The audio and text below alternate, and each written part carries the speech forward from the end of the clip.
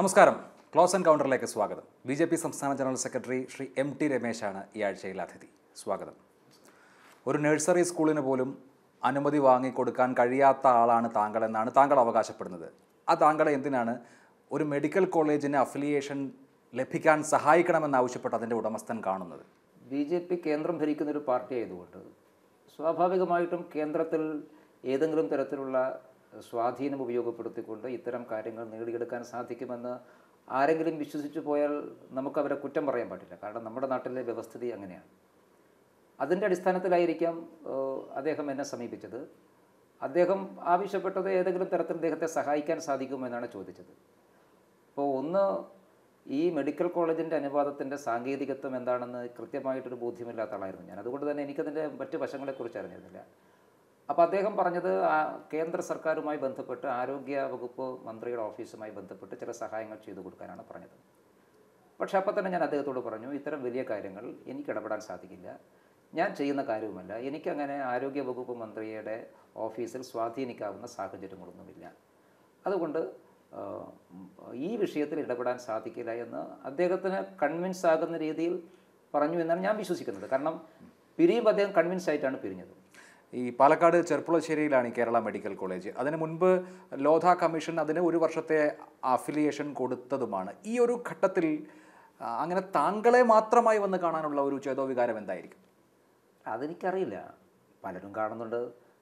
ഒന്ന്, അതിന് അനുവാദം കിട്ടിയതാണ്. അത്തരം വിഷയങ്ങളൊന്നും എനിക്കായിട്ട് അറിയില്ലായിരുന്നു. ചെർപ്പുളശ്ശേരിയിൽ ഇങ്ങനെ ഒരു കോളേജുള്ള കാര്യം എനിക്കറിയില്ലായിരുന്നു.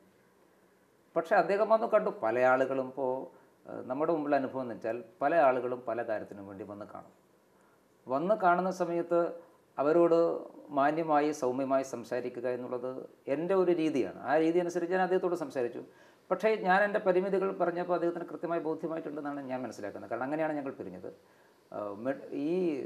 ഞാൻ കേന്ദ്ര ഗവൺമെൻറ്റുമായി ബന്ധപ്പെട്ട ഒരു കാര്യങ്ങളിലും വ്യക്തിപരമായി ഇന്നേ വരെ ഇടപെടാത്ത ഒരാളാണ്. അത് ഇടപെടാനുള്ള കപ്പാസിറ്റി ഒന്നും എനിക്കില്ല എന്നുള്ള പൂർണ്ണ വിശ്വാസം എനിക്കുണ്ട്. ഏതെങ്കിലും തരത്തിൽ കേന്ദ്ര ഗവൺമെൻറ്റുമായി ബന്ധപ്പെട്ട കാര്യങ്ങൾ നടക്കണമെങ്കിൽ അത് പാർട്ടി സംവിധാനത്തിലൂടെ നടത്താൻ വേണ്ടിയുള്ള ശ്രമം നടത്തുക എന്നല്ലാതെ വ്യക്തിപരമായി കഴിഞ്ഞ 3 വർഷവും ഒരു കേന്ദ്രമന്ത്രിയുടെ ഓഫീസിൽ ഞാൻ പോയിട്ടില്ല. ഈ പാർട്ടി സംവിധാനം വഴി അങ്ങനെ നടക്കുന്നുണ്ടോ? പാർട്ടി തന്നെ അന്വേഷിച്ച് കണ്ടെത്തിയ ഒരു കാര്യം, മെഡിക്കൽ കോളേജുകൾ അനുവദിക്കുന്നതിനായി ഒരു മാഫിയ പ്രവർത്തിക്കുന്നുണ്ടെന്നും പാർട്ടിയുമായി ബന്ധപ്പെട്ടവർ ഇക്കാര്യത്തിൽ പ്രവർത്തിക്കുന്നത് പാർട്ടി പ്രത്യേകം ശ്രദ്ധ പതിപ്പിക്കേണ്ട ഒരു വിഷയമാണ് എന്നുമാണ് പാർട്ടി തന്നെ ഇപ്പോൾ കണ്ടെത്തിയിട്ടുള്ളത്. തീർച്ചയായിട്ടും പാർട്ടി കണ്ടെത്തി എന്ന് പറഞ്ഞാൽ ഈ പുറത്തു വന്ന അന്വേഷണ കമ്മീഷൻ റിപ്പോർട്ടിൻ്റെ അടിസ്ഥാനത്തിലാണെങ്കിൽ ആ റിപ്പോർട്ടിൽ അങ്ങനെ ഉണ്ടെന്ന് എനിക്കറിയില്ല. പക്ഷെ അത് ഗുരുതരമായൊരു വിഷയമാണ്. സതീഷ് നായർ എന്ന ആളെ ഉപയോഗിച്ച് മെഡിക്കൽ കൗൺസിൽ ഓഫ് ഇന്ത്യയെ സ്വാധീനിക്കാനാണ് വർക്കലയിലെ SR മെഡിക്കൽ കോളേജ് ശ്രമിച്ചിട്ടുള്ളത്. ഈ സതീഷ് നായരെ താങ്കൾ അറിയുന്നതാണോ?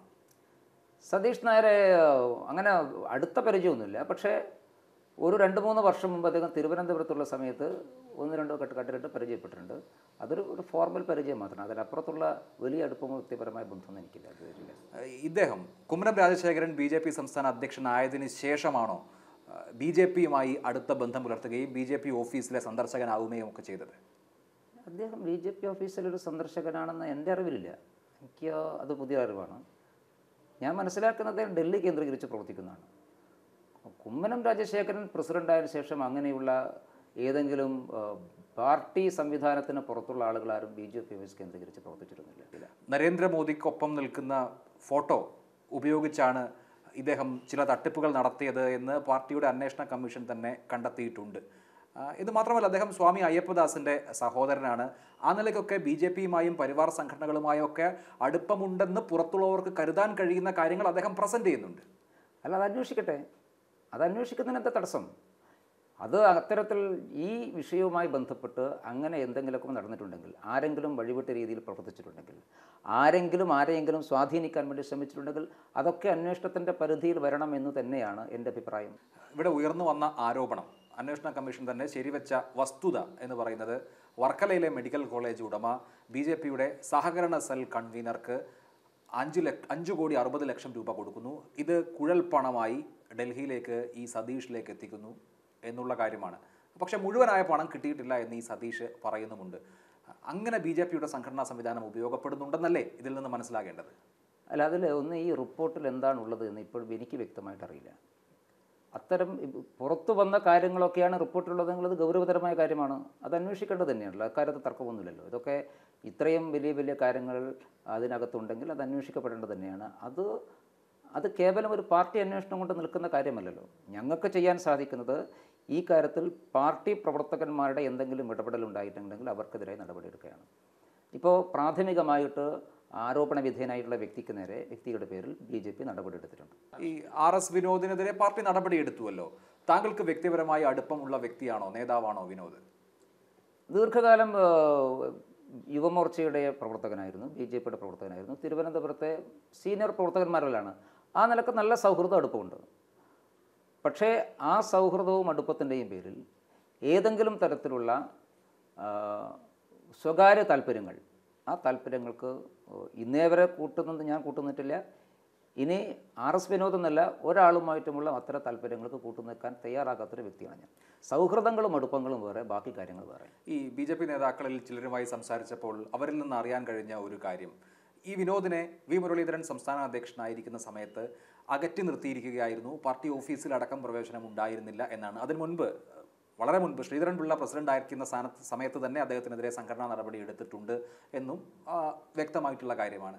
അങ്ങനെയുള്ള ഒരാളെ കുമ്മനം രാജശേഖരൻ അധ്യക്ഷനായതിന് ശേഷം പാർട്ടിയുടെ ഒരു സെല്ലിൻ്റെ കൺവീനർ സ്ഥാനത്തേക്കൊക്കെ കൊണ്ടുവരുന്നത് എന്ത് താല്പര്യമാണ്? അല്ല, പാർട്ടി ചുമതല നേരത്തെ ഇല്ലാത്തവർക്ക് ഇപ്പോൾ ചുമതല കൊടുത്തിട്ടുള്ള ധാരാളം ആളുകളുണ്ട്. അപ്പോൾ നേരത്തെ അദ്ദേഹം തിരുവനന്തപുരം ജില്ലയുടെ പാർട്ടി സെക്രട്ടറി ആയിരുന്നു, BJPയുടെ സെക്രട്ടറി ആയിരുന്നു. അതിനുശേഷം, അതായത് 3 വർഷം മുമ്പ്, കഴിഞ്ഞ 3 വർഷം ചുമതല ഉണ്ടായിരുന്നില്ല, ജില്ലാ കമ്മിറ്റി മെമ്പർ മാത്രമായിരുന്നു. ഈ പ്രാവശ്യം പാർട്ടിയുടെ ഔദ്യോഗിക ചുമതല, പാർട്ടിയുടെ ഒരു സെല്ലിൻ്റെ കൺവീനറായി. അങ്ങനെ ധാരാളം പേര് വന്നിട്ടുണ്ട്. അതിനെയൊന്നും ഇതുമായിട്ട് കണക്ട് ചെയ്യപ്പെടേണ്ടല്ലോ. കാരണം ചുമതലയില്ലാത്ത സമയത്തും അയാൾ അവിടെ BJPക്കാരൻ തന്നെയായിരുന്നു. BJP ഏതെങ്കിലും നടപടിയെടുത്ത് മാറ്റി നിർത്തിയ ആളെ കുമ്മനം രാജശേഖരൻ പ്രസിഡന്റായ ശേഷം കൊണ്ടുവന്നിട്ടില്ല. പാർട്ടിക്കകത്തുള്ളവർ ചുമതലയിൽ അങ്ങോട്ടും ഇങ്ങോട്ടൊക്കെ മാറും, അത് സ്വാഭാവികമാണ്. അതിൽ കാര്യങ്ങളൊന്നുമില്ല. അല്ല, താങ്കളുടെ പിന്തുണയോടുകൂടിയാണോ അദ്ദേഹം RS വിനോദ് സഹകരണ സെല്ലിൻ്റെ കൺവീനർ ആവുന്നത്? അല്ലേ, സഹകരണ സെല്ലിൻ്റെ കൺവീനർമാരൊക്കെ പാർട്ടി കോർ ഗ്രൂപ്പാണ് തീരുമാനിക്കുന്നത്. പാർട്ടി ജനറൽ സെക്രട്ടറിമാരുടെ മീറ്റിംഗാണ് തീരുമാനിക്കുന്നത്. ആരുടെയെങ്കിലും ധാരണയുടെ അടിസ്ഥാനത്തിൽ ആരെങ്കിലും നിയമിക്കുന്ന ഒരാളല്ല കുമ്മനം രാജശേഖരൻ. അദ്ദേഹത്തിന് കൃത്യമായ ബോധ്യമുള്ള ആളുകളെ എല്ലാവരുമായിട്ട് ആലോചിച്ച് ആണ് ചുമതല ഏൽപ്പിക്കുക. അങ്ങനെ ആരുടെയെങ്കിലും നോമിനിയായിട്ട് ഈ പാർട്ടിയിൽ ആരെങ്കിലുമൊക്കെ വരുന്നുണ്ടെന്ന് എനിക്ക് വിശ്വാസമില്ല. അതൊക്കെ കഴിഞ്ഞ കുമ്മനം രാജശേഖരൻ പ്രസിഡന്റായതിനു ശേഷം ഭാരവാഹി പട്ടിക പ്രസിദ്ധീകരിച്ചപ്പോൾ അതിൽ വളരെ വ്യക്തമാണ്, മെറിറ്റിൻ്റെ അടിസ്ഥാനത്തിലാണ് എല്ലാവരും വന്നിട്ടുള്ളത്. അദ്ദേഹത്തിൻ്റെ ഉയർച്ചയിൽ മുൻപുണ്ടാകാത്ത വിധത്തിൽ അദ്ദേഹത്തിന് പാർട്ടിയിൽ ഒരു സ്ഥാനം കിട്ടിയതിൽ താങ്കൾക്ക് പങ്കുണ്ടോ എന്നാണ് ഞാൻ ചോദിക്കുന്നത്. ഇല്ലല്ല, മുമ്പ് അദ്ദേഹത്തിന് ചുമതല ഉണ്ടായിരുന്നല്ലോ. മുമ്പ് അദ്ദേഹത്തിന് ചുമതലയുണ്ടായിരുന്നു. കഴിഞ്ഞ 3 വർഷം ചുമതല ഉണ്ടായിരുന്നു. ചുമതലയിൽ മാറ്റം വന്നു. ഈ പ്രാവശ്യം പാർട്ടിയുടെ നേരിട്ടുള്ള ചുമതലയല്ല അദ്ദേഹത്തിനുള്ളത്. പാർട്ടിയുടെ ഒരു സെല്ലെന്ന് പറഞ്ഞാൽ സാധാരണ BJPക്കകത്ത് BJPയുടെ ദൈനംദിന പ്രവർത്തനത്തിന് പുറത്തുള്ള ആളുകളെയാണ് സെല്ലുമായി ബന്ധപ്പെട്ടുകൊണ്ട് ചുമതല ഏൽപ്പിക്കാറുള്ളത്. ഇദ്ദേഹം ഈ അന്വേഷണ സമിതി ഹൊറൈസണിൽ ചേർന്നപ്പോൾ അന്വേഷണ സമിതിക്ക് മൊഴി കൊടുക്കുകയുണ്ടായി. അദ്ദേഹത്തിൻ്റെ മൊഴി കേട്ട് അന്വേഷണ സമിതി തന്നെ ഞെട്ടിപ്പോയെന്നാണ് രേഖപ്പെടുത്തിയിരിക്കുന്നത്. കാരണം അദ്ദേഹം പറഞ്ഞിരിക്കുന്നത്, ഇത് പാർട്ടിയുമായി ബന്ധിപ്പിക്കേണ്ട കാര്യമില്ല, ഇതെൻ്റെ ബിസിനസ്സാണ്, എൻ്റെ അടുത്ത് വരുന്ന ആളുകളെ ഞാൻ സഹായിക്കും. അപ്പോൾ ഈ തരത്തിലുള്ള സംസ്കാരമുള്ള ആളുകളാണോ BJPയിൽ എന്നുള്ളത് അത്ഭുതാവഹമല്ലേ? അത് സ്വാഭാവികമല്ല, അത്ഭുതം തന്നെയാണല്ലോ. അതുകൊണ്ടാണല്ലോ അദ്ദേഹത്തിന് നടപടി സ്വീകരിച്ചത്. ഈ അന്വേഷണ റിപ്പോർട്ട് ആസൂത്രിതമായി ചോർത്തിയതാണ്. അത് തെളിയിക്കപ്പെടേണ്ട വസ്തുതയാണ്. ഒരു അന്വേഷണ കമ്മീഷൻ റിപ്പോർട്ട് ചോരാൻ പാടില്ലല്ലോ. ഞാനിപ്പോഴും വിശ്വസിക്കുന്നില്ല ഈ പുറത്ത് വന്നതാണ് അന്വേഷണ കമ്മീഷൻ റിപ്പോർട്ടെന്ന്. കാരണം അങ്ങനെ വിശ്വസിക്കാനാണ് എനിക്കിഷ്ടം. കാരണം എൻ്റെ പാർട്ടിയിലെ ഒരു സഹപ്രവർത്തകനെയും അവിശ്വസിക്കാൻ എനിക്ക് താല്പര്യമില്ല. അല്ല, ഇന്നലെ ഞാൻ AK നസീറാണ് ഈ സമിതിയിൽ അംഗമായിരുന്ന ഒരാൾ, അദ്ദേഹത്തെ ഈ അന്വേഷണ റിപ്പോർട്ടിലെ ഭാഗങ്ങൾ വായിച്ച് കേൾപ്പിച്ചപ്പോൾ ഇത് ഞാൻ എഴുതിയതാണ് എന്ന് അദ്ദേഹം സമ്മതിച്ചിട്ടുണ്ട്. അല്ല, അത് അദ്ദേഹത്തിൻ്റെ നിലപാട്. ഞാൻ പറഞ്ഞത്, ഈ ഈ പുറത്തു വന്ന കാര്യം അന്വേഷണ കമ്മീഷൻ റിപ്പോർട്ടാണെങ്കിൽ അത് ചോർന്നു പോയതാണ്. അങ്ങനെ ചോരില്ലല്ലോ. അപ്പോൾ അങ്ങനെ ചോർന്ന് വെളിയിൽ വന്നതാണ് അന്വേഷണ കമ്മീഷൻ റിപ്പോർട്ട് എന്ന് ഞാൻ ഈ ഘട്ടത്തിൽ പറയാത്തത്. ഞാൻ അന്വേഷണ കമ്മീഷൻ റിപ്പോർട്ട് കണ്ടിട്ടില്ല. പിന്നെ അന്വേഷണ കമ്മീഷൻ റിപ്പോർട്ട് ചോർത്തി എന്ന് പറയാൻ ഇപ്പം ഞാൻ തയ്യാറില്ല. കാരണം എൻ്റെ പാർട്ടിയിലെ ഒരു സഹപ്രവർത്തകനെ അവിശ്വസിക്കാൻ ഞാൻ തയ്യാറില്ല. അത് പാർട്ടി അന്വേഷിക്കട്ടെ. സ്വാഭാവികമായിട്ടും സംസ്ഥാന പ്രസിഡന്റിന് ഇക്കാര്യത്തിലൊരു നിലപാടുണ്ടാകും. അദ്ദേഹത്തിൻ്റെ മുമ്പിലാണ് റിപ്പോർട്ടുള്ളത്. ആ റിപ്പോർട്ട് എങ്ങനെ ചോർന്നു എന്ന് അദ്ദേഹം കണ്ടുപിടിക്കുമല്ലോ. അദ്ദേഹം അത് അങ്ങനെ ഒരു ചോർന്നിട്ടുണ്ടെങ്കിൽ ആ ചോർച്ചയ്ക്ക് ഉത്തരവാദികളായിട്ടുള്ള ആളുകളെ കണ്ടുപിടിക്കുന്നത് നിമിഷം വരെ എൻ്റെ പാർട്ടിയിലെ എന്നോടൊപ്പം പ്രവർത്തിക്കുന്ന ഒരു സഹപ്രവർത്തകനെയും അവിശ്വസിക്കാൻ ഞാൻ തയ്യാറല്ല. അത് അന്വേഷിക്കും, അത് പുറത്തു വരുമെന്ന് തന്നെയാണ് എൻ്റെ വിശ്വാസം. അത് തമസ്കരിക്കാൻ കഴിയില്ല. ഈ അന്വേഷണ റിപ്പോർട്ട് ഏതെങ്കിലും ജീവനക്കാരനെ കൊണ്ട് ടൈപ്പ് ചെയ്യിക്കുകയോ എഴുതി ഇടിക്കുകയോ ചെയ്ത ഒന്നല്ല, മറിച്ച് കമ്മീഷൻ അംഗമായ നസീർ അദ്ദേഹത്തിൻ്റെ വീട്ടിലെ സ്വന്തം കമ്പ്യൂട്ടറിൽ ടൈപ്പ് ചെയ്ത് ഈ കഴിഞ്ഞ ജൂൺ 6-ാം തീയതി കുമ്മനം രാജശേഖരനും എം ഗണേശനും കെ സുഭാഷിനും ഇമെയിൽ മുഖാന്തരം അയച്ച ഒന്നാണ്. അതായത് ഈ പാർട്ടിയുടെ ഔദ്യോഗിക ചുമതലക്കാരല്ലാത്ത ജീവനക്കാരോ മറ്റാരെങ്കിലുമോ ഇത് കണ്ടിട്ട് പോലുമില്ല. എന്നിട്ടും ഇപ്പോൾ കോർ കമ്മിറ്റി അംഗങ്ങൾ ഈ റിപ്പോർട്ട് വായിക്കുന്നതിന് മുൻപ് കേരളത്തിലെ മാധ്യമ സ്ഥാപനങ്ങളിൽ ഈ റിപ്പോർട്ട് ഉണ്ടെങ്കിൽ അതിൻ്റെ അർത്ഥം എന്താണ്? ഞാൻ മാധ്യമപ്രവർത്തക രംഗത്തെ ആദ്യമായിട്ട് അഭിനന്ദിക്കുന്നു. നിങ്ങളുടെ എന്താ പറയുക, അന്വേഷണാത്മക കരവിരുതാണത് ഒന്ന് ആയിക്കോട്ടെ. രണ്ടാമത് ഈ അതിനെക്കുറിച്ചാണല്ലോ അന്വേഷിക്കേണ്ടത്. ആദ്യം വ്യക്തമാക്കപ്പെടേണ്ടത് ഈ പുറത്ത് പ്രചരിപ്പിക്കപ്പെടുന്നതാണോ അന്വേഷണ കമ്മീഷൻ റിപ്പോർട്ട്, അത് വ്യക്തമാക്കേണ്ടത് പാർട്ടി സംസ്ഥാന പ്രസിഡന്റാണ്. അദ്ദേഹം അത് വ്യക്തമാക്കി കഴിഞ്ഞാൽ പിന്നെ ആ റിപ്പോർട്ട് എങ്ങനെ പുറത്തു വന്നു എന്നുള്ളതിനെക്കുറിച്ച് പാർട്ടി അന്വേഷിക്കും. BJPക്ക് അതിനുള്ള സംവിധാനങ്ങളൊക്കെ ഉണ്ട്. അങ്ങനെ BJP സംസ്ഥാന പ്രസിഡന്റിന് കൊടുത്തിട്ടുള്ള അന്വേഷണ റിപ്പോർട്ട് ചോർന്നു പോയിട്ടുണ്ടെങ്കിൽ അത് എന്ത് വില കൊടുത്തും കണ്ടുപിടിക്കാൻ ഈ പാർട്ടിക്ക് സാധിക്കും. അക്കാര്യത്തിൽ തർക്കമില്ല. അതിലൊരു ചതി താങ്കൾ കാണുന്നുണ്ടോ? അല്ല, ഞാൻ ചതി എന്നുള്ളതല്ല, എൻ്റെ പ്രശ്നം മറ്റൊന്നാണ്. പുറത്തു വന്നിട്ടുള്ള റിപ്പോർട്ടിൽ ആ റിപ്പോർട്ടിൽ എന്നെ പരാമർശിക്കുന്ന ഭാഗങ്ങളുള്ളത് കൊണ്ട് മാത്രമാണ് ഞാൻ റിയാക്ട് ചെയ്തത്. ഇല്ലെങ്കിൽ ഞാൻ പുറത്തങ്ങനെ പരസ്യമായി പ്രതികരണം നടത്തുന്ന ഒരാളല്ല. ഏത് വിഷയത്തിലും അങ്ങനെ പരസ്യമായി ഞാൻ പ്രതികരിക്കാറില്ല. എനിക്ക് പറയാനുള്ളത് പാർട്ടി വേദിയിൽ മാത്രമേ സാധാരണ ഞാൻ പറയാറുള്ളൂ. പക്ഷേ പുറത്ത് ഒരു ഊഹാപോഹത്തിൻ്റെ അടിസ്ഥാനത്തിൽ ഒരു പ്രചരണം നടക്കുന്നു. ആ പ്രചരണത്തിന് വിശ്വാസ്യമാകുന്ന ചില രേഖകൾ വെളിയിൽ വരുന്നു. അത് അന്വേഷണ കമ്മീഷൻ റിപ്പോർട്ടാണ് എന്ന പേര് വരുന്നു. അങ്ങനെയൊക്കെ വന്നപ്പോഴാണ് ഞാൻ ഇത് കണ്ടത്. ആ ചോർത്തപ്പെട്ടത് ഒറിജിനൽ രേഖയാണെങ്കിൽ അത് ബോധപൂർവമായിരിക്കുമല്ലോ. അത് സംബന്ധിച്ച് പാർട്ടി അന്വേഷിക്കണം. എന്താണ് അതിൻ്റെ ഇൻ്റൻഷൻ അന്വേഷിക്കണം. ഇവിടെ ആർ ഷാജി എന്ന ആൾ കൊടുത്തിരിക്കുന്ന പരാതി താങ്കൾക്കെതിരെ ഉള്ളതല്ല, മറിച്ച് അദ്ദേഹം 5.5 കോടി രൂപ വിനോദിന് കൊടുക്കുന്നു, അത് സതീഷ് നായർക്ക് കൊടുക്കാനുള്ളതാണ്. അങ്ങനെ കൊടുത്തിട്ടും കാര്യം നടന്നില്ല എന്നുള്ളതാണ് അദ്ദേഹത്തിൻ്റെ പരാതി. ആ പരാതിയിന്മേലാണ് മൊഴിയെടുപ്പും അന്വേഷണവും നടന്നിട്ടുള്ളത്.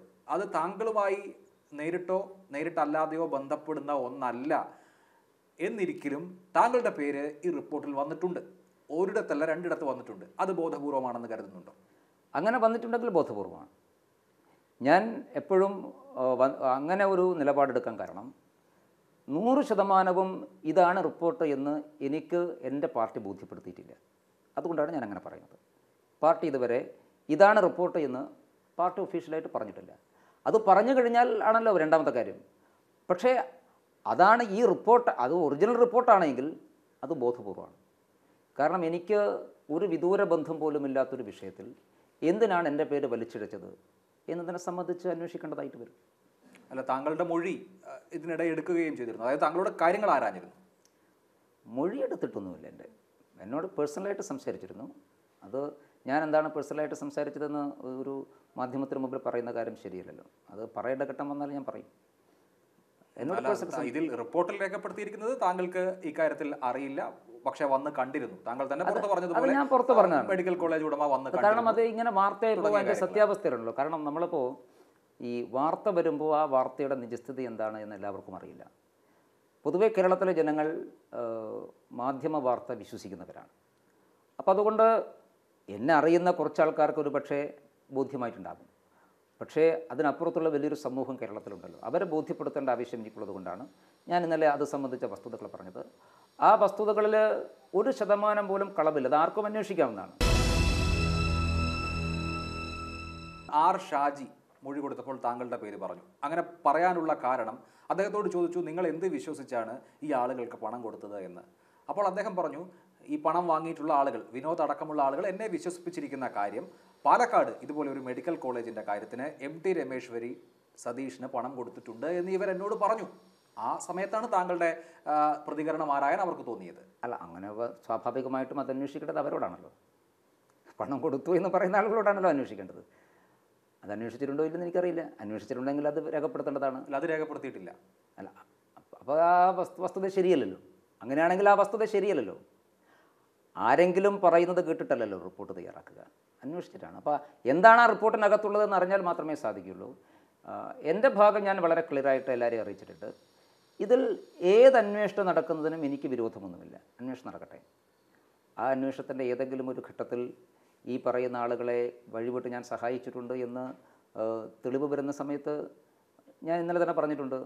അപ്പോൾ എനിക്കെതിരെ നടപടി എടുക്കേണ്ട ആവശ്യമില്ല. അങ്ങനെ എന്തെങ്കിലും ഒരു സാധ്യതയുണ്ട്, എന്തെങ്കിലും ഒരു ചെറിയ ശതമാനം തെളിവ് വന്നു കഴിഞ്ഞാൽ ഞാൻ തന്നെ സ്വമേധയാ അവസാനിപ്പിക്കാൻ തീരുമാനിച്ചതാണ് എൻ്റെ പൊതുപ്രവർത്തനം. അതിൽ സുതാര്യമല്ലാത്ത ഒരു പ്രവർത്തനവും നടത്താൻ പാടില്ല എന്ന് വിശ്വസിക്കുന്ന ഒരാളാണ് ഞാൻ പൊതുരംഗത്തുള്ളിടത്തോളം കാലം എൻ്റെ വിശ്വാസം സംരക്ഷിക്കുവാൻ ഞാൻ ശ്രമിക്കും. ഇപ്പോൾ ജനങ്ങളുടെ മനസ്സിൽ എന്നെ മോശക്കാരനാക്കാൻ വേണ്ടിയൊരു ശ്രമം നടന്നിട്ടുണ്ട്. ആ ശ്രമത്തെ സത്യത്തിൻ്റെ മാർഗത്തിലൂടെ തന്നെ അതിജീവിക്കാൻ സാധിക്കുമെന്നുള്ള ശുഭാപ്തി വിശ്വാസം എനിക്കുണ്ട്. കാരണം സത്യത്തിലാണ് നാം പോകുന്നതെങ്കിൽ നമുക്കൊരിടത്തും തലകുനിക്കേണ്ടതായിട്ട് വരില്ല. താങ്കളെ മോശക്കാരനാക്കാൻ ആരാണ് ശ്രമിച്ചത്? കണ്ടുപിടിക്കപ്പെടേണ്ടതാണ്. അത് പാർട്ടി കണ്ടുപിടിക്കും. എന്നിൽ എൻ്റെ പാർട്ടിക്ക് വിശ്വാസമുണ്ടെങ്കിൽ പാർട്ടി അത് കണ്ടുപിടിക്കാൻ ബാധ്യസ്ഥരാണ്. ഇത് പാർട്ടിക്കകത്ത് മാത്രം നടന്ന കാര്യമാണ്. അത് പാർട്ടിയാണല്ലോ കണ്ടുപിടിക്കേണ്ടത്. ഇത് സംബന്ധിച്ച് ആധികാരികമായിട്ടുള്ള റിപ്പോർട്ടുകൾ പുറത്തു വന്നു കഴിഞ്ഞാൽ സ്വാഭാവികമായിട്ടും പാർട്ടി അതുകൂടി ചെയ്യുമെന്നാണ് എൻ്റെ വിശ്വാസം. താങ്കളെ അങ്ങനെ ലക്ഷ്യം വെക്കാനുള്ള കാരണം എന്തെങ്കിലും ഉള്ളതായി താങ്കൾക്ക് തോന്നുന്നുണ്ടോ? എൻ്റെ ദൃഷ്ടിയിൽ അങ്ങനെ ഒരു കാര്യമില്ല. അങ്ങനെ എന്നെ ലക്ഷ്യം വെക്കേണ്ട കാര്യമൊന്നുമില്ല. എന്തിനാത്? ഇപ്പോഴത്തെ സംഭവ വികാസങ്ങളിൽ പാർട്ടിയിലെ വിഭാഗീയതയ്ക്ക് പങ്കുണ്ടോ? എനിക്ക് തോന്നുന്നില്ല. കാരണം ഇപ്പോഴത്തെ സംഭവങ്ങൾ പാർട്ടിക്കകത്തെ പ്രശ്നങ്ങളുമായിട്ട് ബന്ധപ്പെട്ടിട്ടുള്ളതാണെന്ന വിശ്വാസമൊന്നുമില്ല. 3 ദിവസം മുൻപാണ് ഈ വാർത്ത പ്രത്യക്ഷപ്പെട്ട് തുടങ്ങുന്നത്. ആദ്യം മാതൃഭൂമി ദിനപത്രത്തിൽ, പിന്നീട് ഏഷ്യാനെറ്റ് ന്യൂസ് ചാനലിൽ. അതിനു മുൻപ് കൃത്യമായി പറഞ്ഞാൽ കഴിഞ്ഞ തിങ്കളാഴ്ച കെ സുരേന്ദ്രൻ ഇട്ട ഒരു ഫേസ്ബുക്ക് പോസ്റ്റ് അവസാനിക്കുന്നത് ഇങ്ങനെയാണ്: ഈ അടുത്ത കാലത്ത് അംഗീകാരം കിട്ടിയ പല മെഡിക്കൽ കോളേജുകളും വലിയ കോഴ കൊടുത്താണ് അംഗീകാരം നേടിയതെന്ന വാർത്ത ഞെട്ടിപ്പിക്കുന്നതാണ്. ഈ കച്ചവടം അവസാനിപ്പിക്കാനും ഇതിനെതിരെ പ്രതികരിക്കാനും എന്തുകൊണ്ടാണ് മാധ്യമങ്ങളും രാഷ്ട്രീയ പാർട്ടികളും രംഗത്ത് വരാത്തത്? ശരിക്കും മാധ്യമങ്ങളോട് നിങ്ങൾ എന്താണ് ഈ വിഷയം അറിയാത്തത് എന്ന് ചോദിക്കുകയായിരുന്നു അദ്ദേഹം. അത് സ്വാഭാവികമാണോ? അല്ല, അതിനെന്താ തെറ്റ്? ഇത് പുറത്തു വരേണ്ടതാണല്ലോ. സുരേന്ദ്രൻ സോഷ്യൽ മീഡിയയിൽ വളരെ സജീവമായിട്ട് ഇടപെടുന്ന ഒരു വ്യക്തിയാണ്. അതാത് ദിവസത്തെ BJPക്കകത്ത് ഏറ്റവും കൂടുതൽ സോഷ്യൽ മീഡിയയിൽ ഇടപെടുന്ന ഒരു വ്യക്തിയാണ് സുരേന്ദ്രൻ. അതുകൊണ്ട് അദ്ദേഹം ഈ ഒരു വിഷയത്തിൽ, കാരണം ഇത് മാത്രമല്ല, ഇതുമായി കണക്ട് ചെയ്ത മറ്റു ചില വിഷയങ്ങൾ, മെഡിക്കൽ കോളേജുമായി ബന്ധപ്പെട്ട വിഷയങ്ങളാണ് അദ്ദേഹം പറഞ്ഞത്. അതിൽ സ്വാഭാവികമായൊരു പരാമർശമാണ്. അതിൽ തെറ്റായിട്ടുള്ള കാര്യമൊന്നുമില്ല. അല്ല, മെഡിക്കൽ കോളേജ് അഴിമതി എന്ന കാര്യം പൊതുസമൂഹത്തിന് മുൻപിൽ വരികയോ അത് ചർച്ചയാകുകയോ ചെയ്യുന്നതിന് മുൻപ്, കൃത്യമായി പറഞ്ഞാൽ 1-2 ദിവസം മുൻപാണ് ഇങ്ങനെ ഒരു ഫേസ്ബുക്ക് പോസ്റ്റ് വന്നിരിക്കുന്നത്. അദ്ദേഹത്തിന് എന്തെങ്കിലും വിവരം കിട്ടിയതിൻ്റെ അടിസ്ഥാനത്തിലായിരിക്കുമല്ലോ അദ്ദേഹം ഫേസ്ബുക്ക് പോസ്റ്റ് ഇട്ടിട്ടുണ്ടാവുക. അത് സ്വാഭാവികമാണ്. അത്തരം വിഷയങ്ങളെ അന്വേഷിക്കണം. മെഡിക്കൽ കോളേജുമായി ബന്ധപ്പെട്ട്, അനുമതിയുമായി ബന്ധപ്പെട്ട് ഏതെങ്കിലും തരത്തിൽ കൃത്രിമത്വങ്ങൾ കേരളത്തിൽ നടന്നിട്ടുണ്ടെങ്കിൽ, കോഴ ഇടപാടുകൾ നടന്നിട്ടുണ്ടെങ്കിൽ അത് അന്വേഷിക്കേണ്ടതാണ്. അന്വേഷണ കമ്മീഷൻ പറയുന്ന പേരുകൾ, ഉൾപ്പെട്ടിട്ടുണ്ട് എന്ന് സൂചിപ്പിക്കുന്ന പേരുകളൊക്കെ നോക്കൂ. രാകേഷ് ശിവരാമൻ, അദ്ദേഹം ഹിന്ദു ഐക്യവേദിയിൽ നിന്ന് കുമ്മനത്തിൻ്റെ ഒരു അനുചരനായി, പാർട്ടിയിൽ സ്ഥാനമൊന്നും ഉണ്ടാകില്ല, പക്ഷേ അങ്ങനെ അറിയപ്പെടുന്ന ഒരാളാണ്. P Kannadas nominated MP Richard ഹേയുടെ PS ആണ്. അതുപോലെ തന്നെ നേരത്തെ സൂചിപ്പിച്ച പേരുകാർ BJP ഭാരവാഹികളോ BJP ബന്ധം പുലർത്തുന്ന ആളുകളോ ആണ്. അതായത് BJPയിൽ ഇപ്പോഴുണ്ടായ അധികാരമാറ്റത്തിന് ശേഷം വന്നിട്ടുള്ള ആളുകൾ ഇത്തരത്തിലൊക്കെയുള്ള കാര്യങ്ങളിൽ ഇടപെടുന്നു എന്ന് മറുവശത്തിന് പറയാൻ കഴിയുന്ന ചില വസ്തുതകൾ ഉണ്ടായിട്ടില്ലേ? അല്ല, അങ്ങനെ ഏതെങ്കിലും പരാതി BJPയുടെ സംസ്ഥാന നേതൃത്വത്തിൻ്റെ മുമ്പേ ഇതുവരെ ആരും ഉന്നയിച്ചിട്ടില്ല. ആദ്യമായി വന്നിട്ടുള്ളൊരു പരാതിയാണിത്. ആ പരാതിയുടെ പുറത്താണ് അന്വേഷിക്കുന്നത്. അന്വേഷണത്തിൻ്റെ അടിസ്ഥാനത്തിൽ ഈ പറയുന്ന ആളുകളൊക്കെ കുറ്റക്കാരാണെങ്കിൽ അവർക്കെതിരായിട്ട് നടപടി, അവിടെ പാർട്ടി ചുമതലയുള്ളവർ ചുമതല മാറും. BJPയിലെ ആഭ്യന്തരമായ കാര്യങ്ങൾ വാർത്തകളായി വരികയും അത് ചിലയിടങ്ങളിൽ പ്ലാന്റ് ചെയ്യുകയും ഒക്കെ ചെയ്യുന്നത് നേതൃത്വ അട്ടിമറി മുന്നിൽ കണ്ടാണ്. ഒരു നേതൃത്വത്തെ മാറ്റി വേറൊന്നിനെ കൊണ്ടുവരാൻ വേണ്ടിയാണ്. എനിക്ക് തോന്നുന്നില്ല. അങ്ങനെ ആ കാലഘട്ടമൊക്കെ കഴിഞ്ഞു അഭിലാഷേ. ഇവിടെ നടക്കുന്ന വാർത്തകൾ വെളിയിൽ വരിക, ആ വാർത്തകളുടെ അടിസ്ഥാനത്തിൽ ചില ക്യാമ്പയിനുകൾ നടത്തുക, BJPയിൽ ആ കാലഘട്ടമൊക്കെ കഴിഞ്ഞു. BJPയിൽ ചുമതലകൾ നിശ്ചയിക്കുന്നതും BJPയുടെ ഓരോ ചുമതലയിലേക്ക് ആര് വരണം എന്നൊക്കെ തീരുമാനിക്കുന്നത് കേരളത്തിൽ മാത്രമല്ല, കേരള ഘടകം മാത്രമല്ല തീരുമാനിക്കുന്നത്. അത് അഖിലേന്ത്യാ ഘടകത്തിൻ്റെ കൂടെ അവരുടെ നിയന്ത്രണവും അവരുടെ പരിശോധനയും ഒക്കെയുണ്ട്. അതുകൊണ്ട് അത്തരം ശ്രമത്തിലൂടെ ആരെങ്കിലും അട്ടിമറിക്കാനോ അല്ലെങ്കിൽ ആർക്കെങ്കിലും ചുമതല ഇല്ലാതാക്കാനോ ഒന്നും സാധിക്കില്ല.